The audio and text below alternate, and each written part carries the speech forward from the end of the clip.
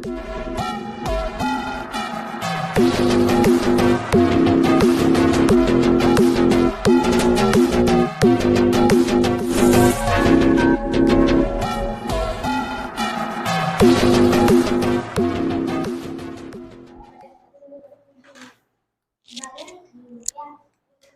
का टॉपिक क्या है भाई?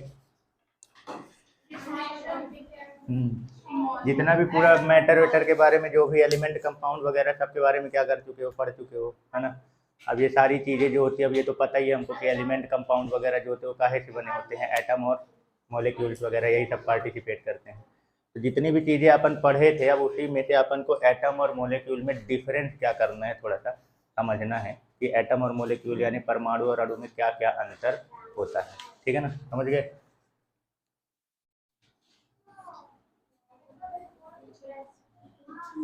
परमाणु यानी एटम और अणु यानी कि मॉलिक्यूल। तो चलो भाई, कौन कौन डिफरेंस बता रहा है? पहला डिफरेंस तो बताओ किसके बेस पे? इसके डेफिनेशन के बेस पे, यानी कि परिभाषा के आधार पे। इतना पढ़े हो? हाँ, मतलब जो एटम होता है वो किसी भी पदार्थ का सबसे स्मॉलेस्ट पार्टिकल होता है, ठीक है ना, सूक्ष्मतम कण। क्लियर हो गया? डेफिनेशन में ये सब पहले से ही सब बताया जा चुका है कि ये क्या होता है, स्मॉलेस्ट पार्टिकल ऑफ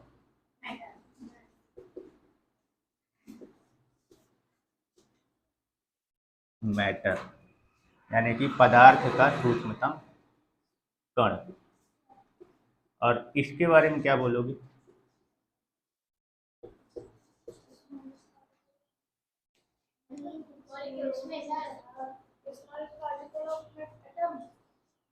बहुत सही।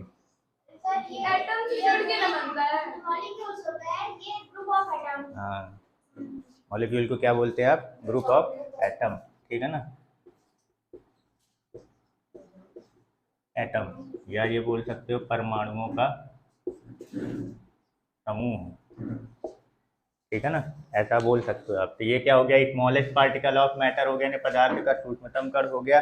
और अणु जो होता है वो परमाणुओं से ही क्या होता है, मिलकर बनता है। जो मॉलिक्यूल होते हैं उसका फॉर्मेशन किससे होता है? एटम से, ठीक है ना। तो इसलिए अपन इसको क्या बोल सकते हैं? ग्रुप ऑफ एटम, ठीक है। क्लियर? और भी कुछ इसके बारे में बोल सकते हो? मतलब यहीं पे पार्टिकल दोनों हो, पता है, मैटर का ये भी पार्टिकल है और मैटर का ये भी पार्टिकल है। बट अगर पार्टिकल के फॉर्म में इसको कुछ बोलना चाहोगे तो इसको क्या बोलोगे? इसको तो बोले कि स्मॉलेस्ट पार्टिकल ऑफ मैटर। इसको क्या बोलोगे? गजब आदमी हो, एटम का स्मॉलेस्ट पार्टिकल,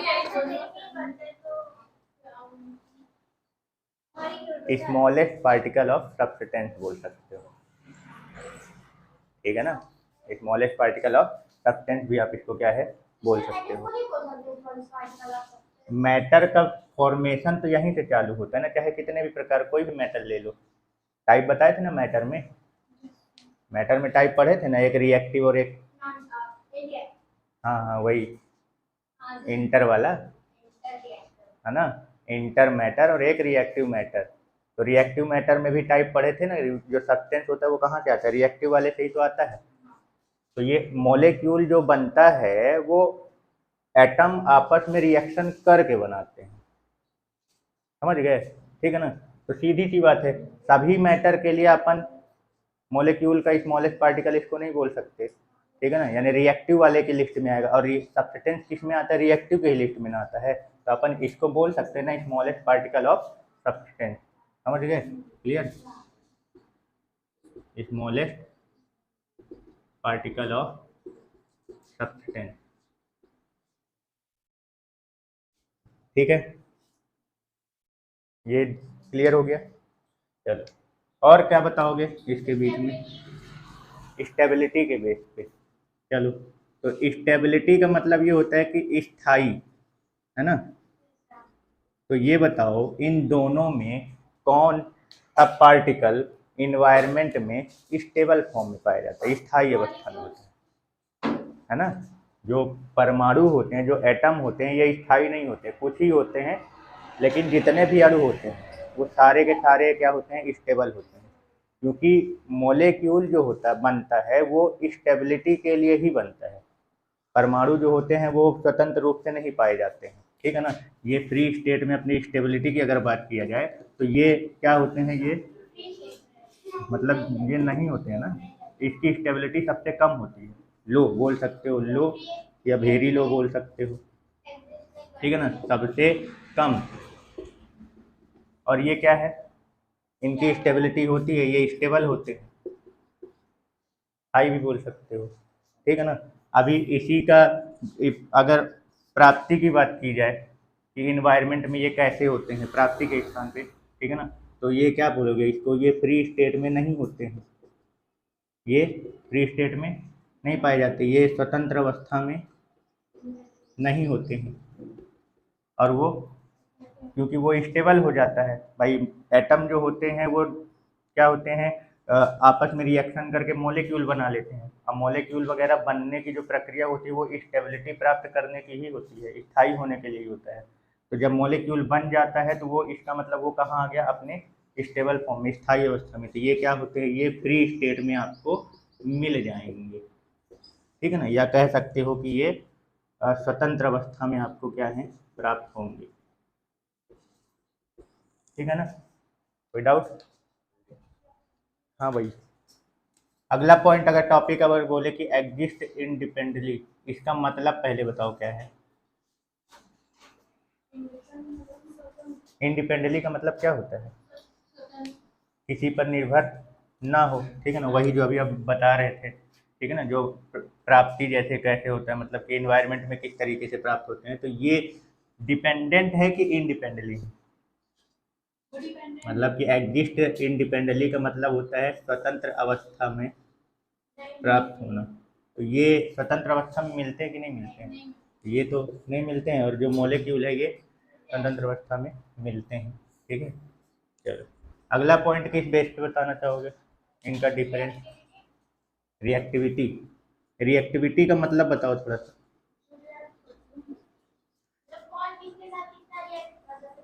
क्रियाशीलता, देखो एटम जो होते हैं ये स्टेबल नहीं होते, मतलब कि ये जो है वो सबसे कम स्टेबल है और वो सबसे ज़्यादा स्टेबल है। तो जो कम स्टेबल होते हैं तो सीधी सी बात है कि वो स्टेबल होने के लिए अपनी रिएक्टिविटी क्या कर देंगे, वो बढ़ाएंगे या ज़्यादा रखेंगे। तो यानी कि जो एटम होते हैं इनकी रिएक्टिविटी जो होती है वो क्या होती है, ज़्यादा होती है, ठीक है ना, हाई होती है। और इनकी रिएक्टिविटी जो होती है वो क्या होती है, कम होती है, लो, ठीक है ना। इन दोनों के कंपैरिजन में अगर देखा जाए तो इससे तो बहुत ही ज़्यादा होता है और इसकी क्या होती है, बहुत कम होती है। क्लियर। चलो अगर अभी इस रिएक्टिविटी के कनेक्शन अगर अपन लाए, जैसे रिएक्शन में जो रिएक्शन होता है केमिकल रिएक्शन, तो उसमें पार्टिसिपेट लेने के बेस पे अगर इसका डिफरेंस बनाया जाए, पार्टिसिपेंट क्या बोल सकते हो इसको, पार्टिसिपेंट्स ऑन केमिकल रिएक्शन, ठीक है ना, यानी रासायनिक अभिक्रिया में भाग लेने की अगर बात की जाए तो बताओ क्या बताना चाहोगे इसमें।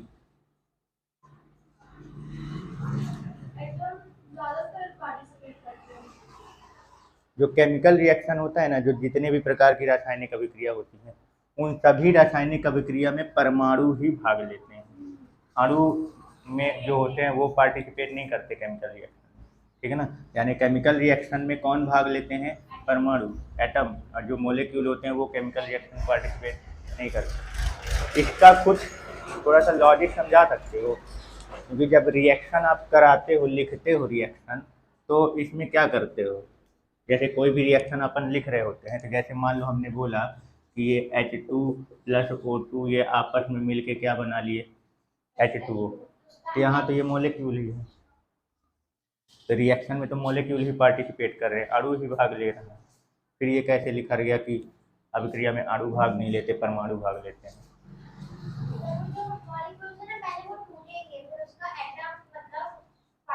हाँ भाई ये H2O का अगर देखा जाए तो इसका बॉन्ड क्या है, ये है। H2O में अगर बॉन्ड देखा जाए तो ये दोनों हाइड्रोजन ऑक्सीजन के साथ लगे हुए हैं। यहाँ का अगर बॉन्ड देखा जाए तो यहाँ हाइड्रोजन हाइड्रोजन आपस में जुड़े हैं। यहाँ की बात की जाए तो यहाँ ऑक्सीजन ऑक्सीजन आपस में क्या है, जुड़े हैं।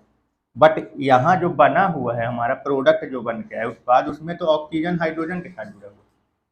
तो ये कैसे हुआ होगा, जब इनके बीच का बॉन्ड टूटा होगा तब ना ये फिर आपस में एक दूसरे से जुड़े होंगे। तो इसका मतलब ये है रिएक्शन जब होता है, अभिक्रिया जब होती है, तो पहले इनके बीच का बॉन्ड क्या होता है, ब्रेक होता है। और जब ये बॉन्ड ब्रेक होता है तो ये सारे के सारे क्या हो जाते हैं, एटम फॉर्म में आते हैं। फिर ये आपस में जो प्रोडक्ट हमको बनाना होता है तो उस प्रोडक्ट को बनाने में कितने लोग किस रेशियो में पार्टिसिपेट करेंगे, उस रेशियो में पार्टिसिपेट करके आपस में वो क्या करते हैं, मॉलिक्यूल बनाते हैं।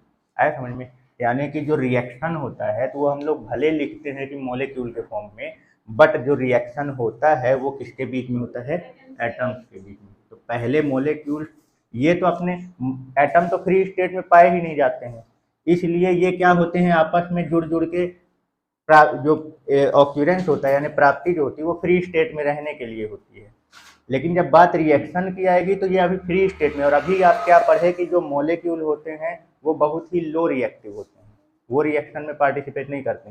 तो पहले ये क्या होंगे, टूटेंगे, बॉन्ड ब्रेक होगा, एटम के स्टेट में आएंगे। अब ये इनकी रिएक्टिविटी क्या हो चुकी है, काफ़ी ज़्यादा हो चुकी है, बढ़ चुकी है। अब ये आपस में जब मिलेंगे तो जैसा परिस्थिति, जिस परिस्थिति के हिसाब से जो बनाना होगा उस रेशियो में आपस में जुड़ के वो नए प्रकार का मॉलिक्यूल बना देंगे। क्लियर हो गया?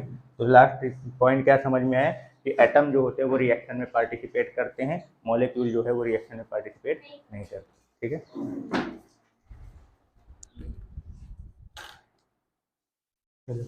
अगला पॉइंट अगर हम बात करें तोड़ने के बेस पे, अगर अपन बात करते हैं, ब्रेकेबल की बात नहीं।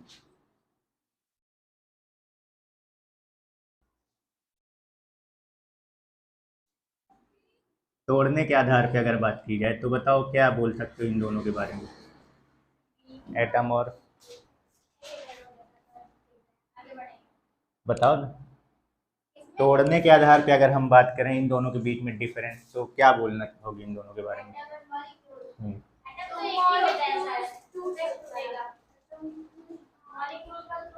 एटम तो स्मॉलेस्ट पार्टिकल है, अपन इसको क्या है, केमिकली तरीके से तोड़ नहीं सकते हैं। केमिकल तरीके से तोड़ने का मतलब ये तो बॉन्ड वगैरह तोड़ना, ये तो खुद ही स्मॉलेस्ट पार्टिकल है। ठीक है ना? तो इसको अपन क्या है, केमिकली तरीके से इसको अपन तोड़ नहीं सकते हैं। ठीक है ना? अरे वह नहीं हो सका है, ठीक है ना? फिजिकली तोड़ना मतलब पीटना पाटना, तो वो तो खुद ही डेफिनेशन में बोला था कि इतना पीटो कि लास्ट टूटना क्या हो जाए, वो बंद हो जाए। ठीक है, समझ गए? तो इसको अपन क्या है, तोड़ नहीं सकते हैं। ठीक है ना?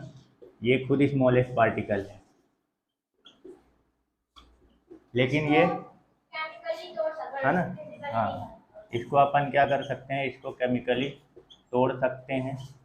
और तोड़ोगे तो किस फॉर्म में जाएगा, एटम के फॉर्म में आएगा तोड़ के। समझ गए? यानी कि अपन इसको केमिकली तोड़ सकते हैं, तोड़ तोड़ के कहाँ तक ले जा सकते हो आप इसको, इसके एटम फॉर्म में ले जा सकते हैं। ठीक है, क्लियर हो गया? इसका अगर स्ट्रक्चर की बात की जाए, एटम और मॉलिक्यूल का स्ट्रक्चर के बेस में अगर इसकी डिफरेंस बनाया जाए, यानी संरचना, तो क्या डिफरेंस बनाओगे इन दोनों के बीच में, संरचना के बारे में क्या कहोगे इसका? स्ट्रक्चर के बेस में इन दोनों के बीच में, संरचना के बेस पे इन दोनों के क्या डिफरेंस बना सकते हो?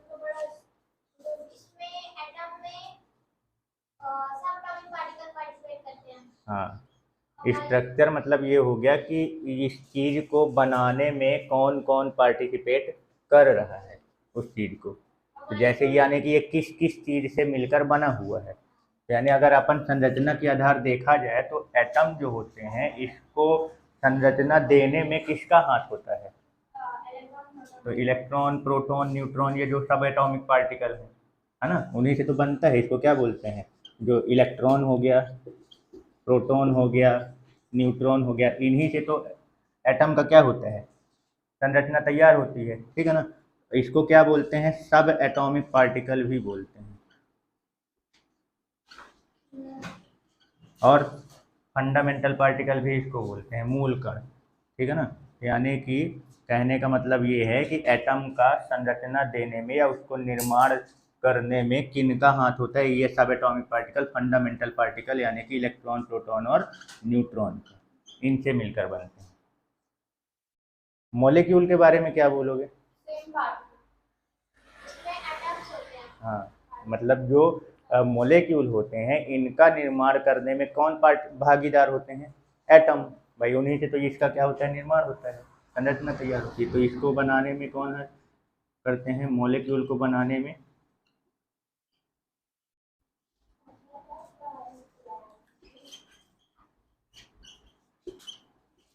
एटम का हाथ गोड़ होता है, जो भी लिखना चाहो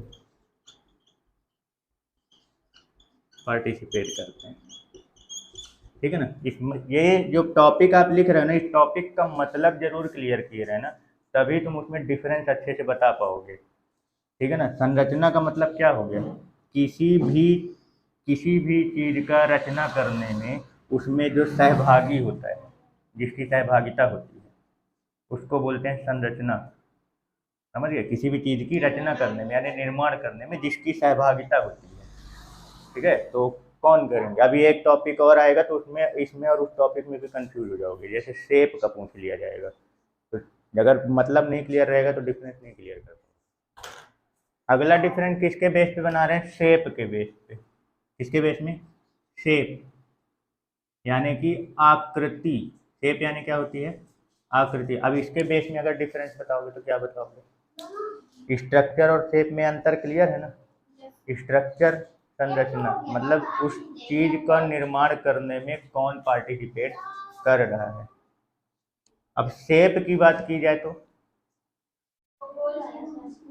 मतलब जैसे शेप मतलब हो गया कि वो जो हमारा एटम है वो कैसा दिखता है उसका, हाँ, मतलब उसका जो आपको आकृति देखने में उसकी विजिबिलिटी जो है वो किस प्रकार से होती है।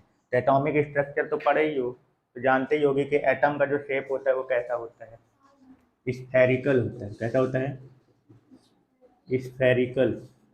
स्फेरिकल मतलब गोलाकार, ऐसे ही ना होता है भाई। इसका न्यूक्लियस होता है, सेंटर वाला जो पार्ट होता है वो क्या कहलाता है, सेंट्रल पार्ट उसका न्यूक्लियस कहलाता है। ठीक है ना। ये भी कैसा होता है, स्फेयर ही होता है, गोला, जिसके अंदर कौन कौन से पार्टिकल पाए जाते हैं, प्रोटॉन और न्यूट्रॉन। बहुत सही।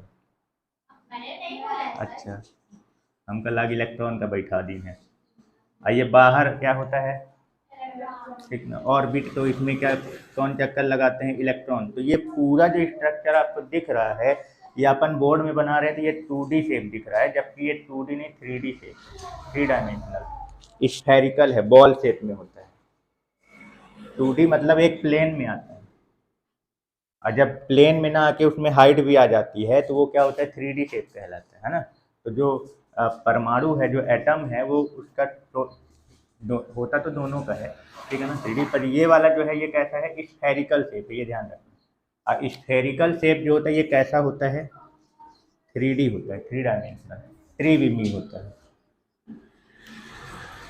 क्लियर हो गया। इसके बारे में बताओ, मॉलिक्यूल के बारे में। हाँ, लेकिन इसमें क्या होता है कि जब एटम आपस में मिल के मॉलिक्यूल तैयार करते हैं, बनाते हैं, तो उनके बीच में बॉन्ड तैयार होता है। तो मॉलिक्यूल का जो स्ट्रक्चर बताया जाता है, सॉरी, जो शेप बताया जाता है, वो बॉन्ड के बेस पे बताया जाता है। किस तरीके का बॉन्ड बना रहे उसका हिसाब से फिर उन सभी को आपस में मिला के देखते हैं कि वो किस आकृति का दिख रहा है। तो ये आपको स्ट्रेट भी दिख जाएगा, स्ट्रेट भी दिख जाएगा, स्ट्रेट या लीनियर बोल सकते हो। ठीक है ना, यानी कि रेखीय संरचना भी होती है इसकी। ठीक है, इसका आप ट्राइएंगुलर भी देख सकते हो। ट्राइएंगुलर का मतलब हो गया त्रिकोणीय हो गया। लीनियर कैसा होता है, लीनियर शेप कैसा होता है, 1 डायमेंशनल। लीनियर कैसा होता है, 1 डायमेंशनल, एक रेखा में। ठीक है ना, क्लियर। ट्राइएंगुलर जो होता है ये 3 चीज आ जाती है ना, ये कैसा हो गया, 2D, 2 डायमेंशनल हो गया। 3D शेप भी बनते हैं इसमें।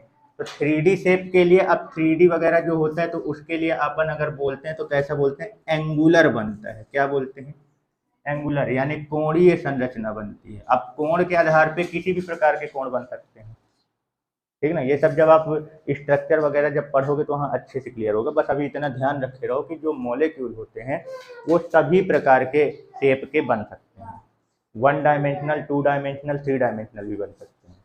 एक विमीय, द्विविमीय और त्रिविमीय भी बन सकते हैं। एक विमीय को क्या बोलते हैं, रेखी, स्ट्रेट, लीनियर। जो 2 विमीय होते हैं उनको क्या बोलते हैं, प्लेनर। तो त्रिकोणीय जो है वो एक प्लेन में है ना ये, तो इसको क्या बोलते हैं, प्लेनर शेप भी बोलते हैं। और 3 डायमेंशनल जानते ही हो, आकाशीय संरचना, जिसका स्पेस स्पेस वाला हो गया, ठीक है। तो अपन इसको कुल मिला के आप एक शॉर्ट फॉर्म में ऐसा भी बोल सकते हो कि इसका जो स्ट्रक्चर होता है वो कैसा होता है, एंगुलर होता है। एंगल के बेस में अपन ये सारे प्रकार के जो डिजाइन तैयार होते हैं सब बता सकते हैं। अगर मान लो एंगल 180 डिग्री का बन गया, स्ट्रेट लाइन में आ जाएगा, है ना। 3 लोग मान लो पार्टिसिपेट कर रहे बनाने में, और सबके बीच में कितने डिग्री का मान लो एंगल बन गया, 120 डिग्री का, ऐसे ये।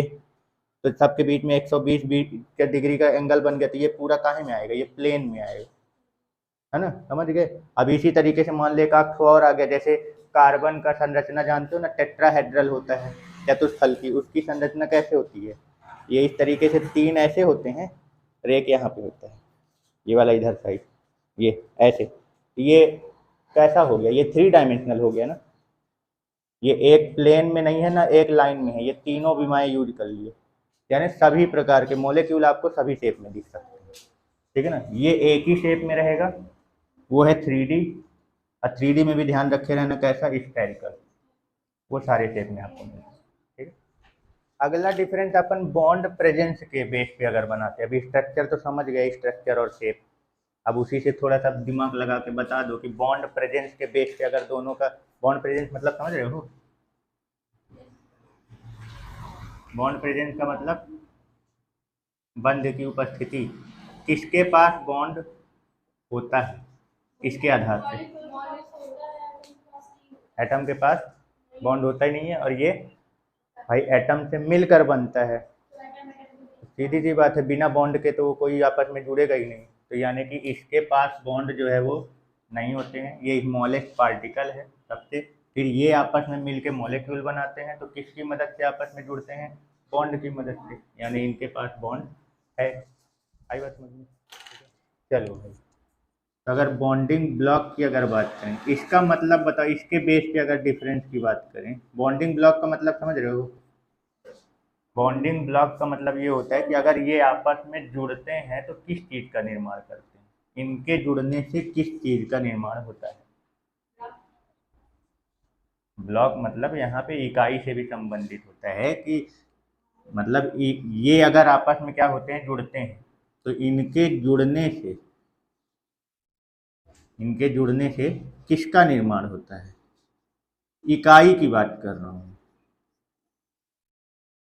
किस चीज का निर्माण करते हैं। तो एटम्स आपस में जुड़ते हैं तो पहले किस चीज का निर्माण करते हैं, मॉलिक्यूल का। मतलब इनका जो बॉन्डिंग ब्लॉक है वो क्या होता है, मॉलिक्यूल होता है, ठीक है ना। तो एटम्स आपस में जुड़ते हैं तो किस चीज का निर्माण करते हैं, मॉलिक्यूल, यानी अणु का, ठीक है।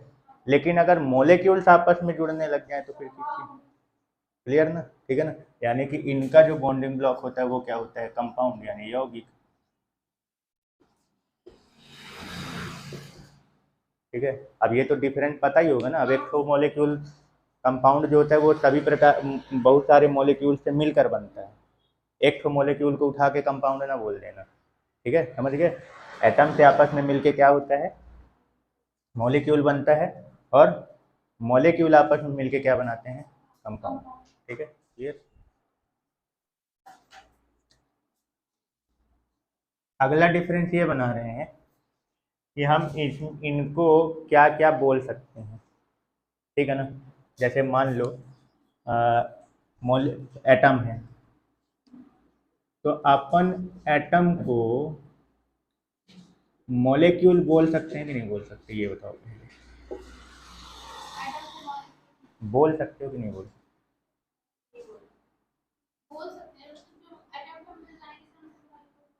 वो तो बनने के बाद का है ना, तो फिर बॉन्ड बना लेंगे, बॉन्ड बना के जुड़ जाएंगे तो फिर वो अगला वाले। मैं खाली एक एटम की बात कर रहा हूँ, नहीं बोल सकते, ये आप गलत फहमी में हो। एटम को मॉलिक्यूल बोल सकते हैं, मॉलिक्यूल को एटम बता रहा हूँ क्यों, ठीक है ना। पहले ये बताओ, मॉलिक्यूल को एटम बोल सकते हो क्या? पक्का?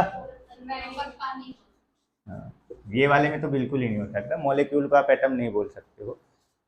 लेकिन एटम को मॉलिक्यूल अपन बोल सकते हैं, लेकिन सारे एटम को मॉलिक्यूल नहीं बोल सकते। किसको अपन बोल सकते हैं? तो देखो, जैसे क्या होता है कि बहुत सारे ऐसे भी एटम हैं जो फ्री स्टेट में पाए जाते हैं।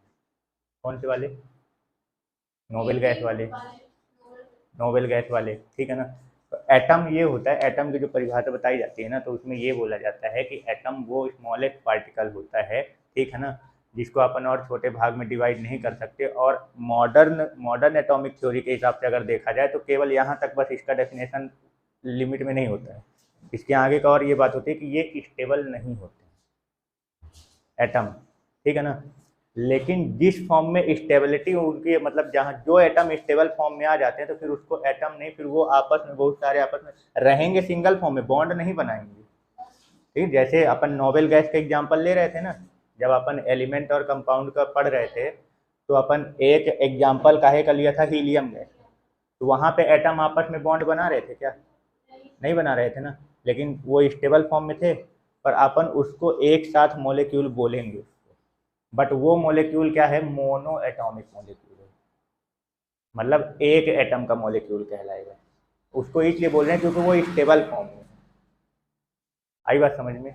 ऐसे ही जितने भी मेटल होते हैं, मेटल यानी धातु, तो जो धातु होते हैं तो क्या वो एक ही तो सोडियम परमाणु से, जैसे मान लो मैंने सोडियम धातु की बात की, तो क्या सोडियम धातु केवल एक ही तो सोडियम परमाणु से होगा? उसमें काफ़ी सारे सोडियम परमाणु, लेकिन वो आपस में बॉन्ड नहीं बना के रखते कि एक सोडियम दूसरे सोडियम के साथ क्या करके रखा हुआ है?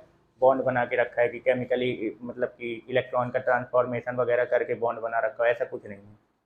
पर है ना वो उनके साथ। तो यानी कि वहाँ पे हम ये बोलेंगे कि वो मोलिक्यूल फॉर्म है, बट वो कैसा है? मोनो एटॉमिक मोलिक्यूल कहलाएगा। आई बात समझ में? ठीक है ना। तो यानी कि अपन एटम को मोलिक्यूल बोल सकते हैं, लेकिन कहाँ? जहाँ एटम की स्टेबिलिटी आपको मिलेगी, या ये बोल सकते हो जो एटम केमिकली बॉन्ड ना बना के रखा हो लेकिन फिर भी वो उपस्थित हो, अस्तित्व में हो, ठीक है ना। जो एटम केमिकली बॉन्ड नहीं बना रखा है लेकिन फिर भी अस्तित्व में है, मतलब उसके इकट्ठा होने से अपन किसी चीज़ के बारे में बोल रहे हैं कि हाँ ये चीज़ है।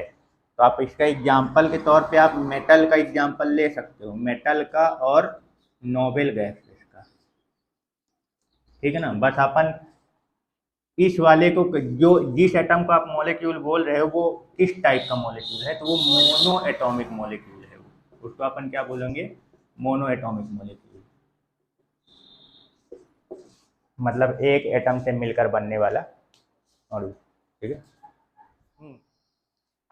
अगला पॉइंट क्या है, किसके बेस पे अपन करते हैं? काइंड, या आप क्या बोल सकते हो? टाइप बोल सकते हो। तो बताओ क्या टाइप के बेस पे? प्रकार। बट फॉर्मेशन यानी बनने के आधार पे अगर बोला जाए तो इसका कोई टाइप नहीं, क्योंकि ये खुद एक स्मॉलेस्ट पार्टिकल है, ठीक है ना। तो टाइप में बोले तो ये क्या है? एक स्मॉलेस्ट पार्टिकल तो ये नहीं है, स्मॉलेस्ट पार्टिकल है, इसलिए इसका कोई टाइप नहीं है। लेकिन मॉलिक्यूल की अगर बात करें तो ये किससे बनता है? एटम से मिलकर बनता है। तो किस प्रकार के एटम से मिलकर बनेगा, उसके आधार पे आप उसका नाम क्या कर सकते हो? बना सकते हो। तो मॉलिक्यूल दो तरीके से बन सकता है, सेम टाइप के एटम से मिलकर, दूसरा डिफरेंट टाइप का। तो अगर सेम टाइप के एटम से मिलकर बनेगा तो क्या बोलते हैं अपन? होमो एटॉमिक मॉलिक्यूल बोलेंगे। सम परमाणविक अणु, समझ गए? मतलब एक ही प्रकार, जैसे हाइड्रोजन हो गया तो इसमें एक ही प्रकार के हैं, H2 है ना, ऑक्सीजन O2 एक ही प्रकार का है। आई बात समझ में? क्लियर? मोनो एटॉमिक मॉलिक्यूल का भी एग्जांपल ले सकते हो, उसमें भी एक ही एक प्रकार के होते हैं, ठीक है ना। जैसे हीलियम गैस अपन ले लिए, ये मोनो एटॉमिक वाला होमो एटॉमिक के ही लिस्ट में आएगा। कुछ समझ में आ रहा है क्या बता रहा हूँ? मोनो, जैसे हीलियम गैस हमने लिया तो वो अपन हीलियम, वहाँ पे एक एटम नहीं है, वो बहुत सारे लोगों को मिलके एक साथ अगर रह रहा है तो वो मॉलिक्यूल अपना कहलाएगा, भले बॉन्ड वहाँ पे बॉन्ड फॉर्मेशन नहीं हो रहा है, तो वो एक प्रकार का मॉलिक्यूल के ही लिस्ट में उसको शामिल कर देंगे। बट उसको कौन सा मॉलिक्यूल बोलते हैं? Mono atomic molecule. अब उसमें एक ही प्रकार का एटम है, इसलिए अपन इसको होमो एटॉमिक की भी लिस्ट में डाल सकते हैं। तो noble gases, helium, neon, argon, इन सबको भी क्या बोल सकते हो? Homo atomic. ये क्या, ये वाला जो है, तो ये सारे के सारे जो मॉलिक्यूल हैं ये कौन से वाले हैं? ये सब मोनो एटॉमिक है ना। ये जो है ये कैसे हैं? मोनो एटॉमिक मॉलिक्यूल, ठीक है, यानी कि एक परमाणविक अणु। ये वाले कौन से हैं? H2O2, ये सब जो है ये कौन से हैं? ये डाई एटॉमिक है, डाई एटॉमिक मॉलिक्यूल है, मतलब द्विपरमाणविक अणु, ठीक है ना। इसी तरीके से तीन वाले भी मिल जाएंगे। तीन वाले कौन से?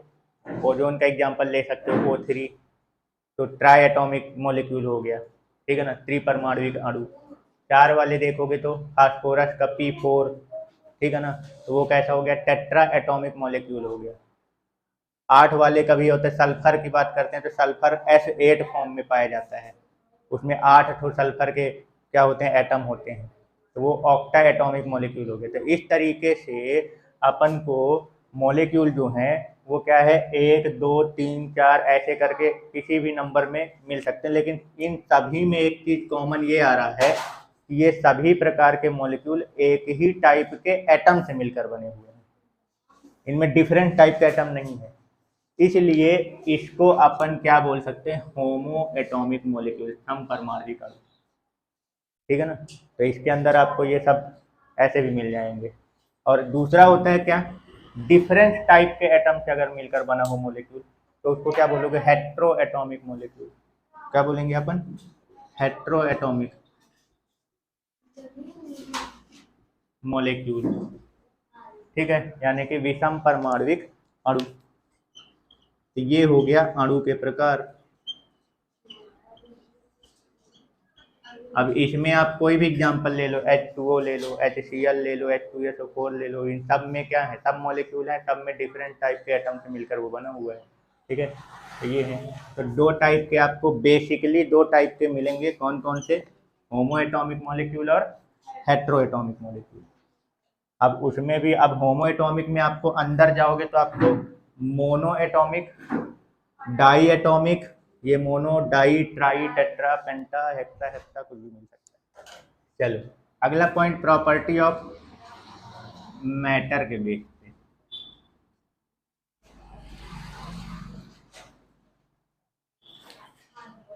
मतलब ये है, इसका कहने का मतलब ये है कि इन दोनों पार्टिकल में से किसके पास मैटर की प्रॉपर्टी हो, जो मैटर की प्रॉपर्टी होती है वही इनके पास भी। अच्छे से सोच समझ के होता है ना।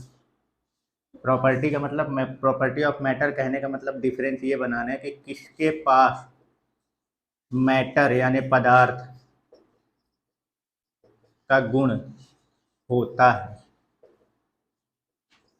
या नहीं होता, ये बताना।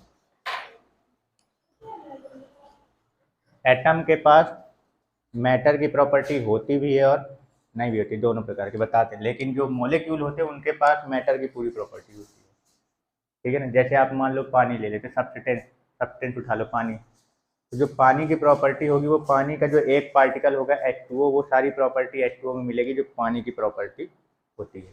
पानी, वाटर जो बोल रहे हो वो पूरा सब्सटेंस कहलाएगा, H2O बोलोगे तो वो उसका एक मॉलिक्यूल कहलाएगा, है ना। तो H2O में वो सारी प्रॉपर्टी आपको मिलेगी जो पानी में होती है। क्लियर हो गया?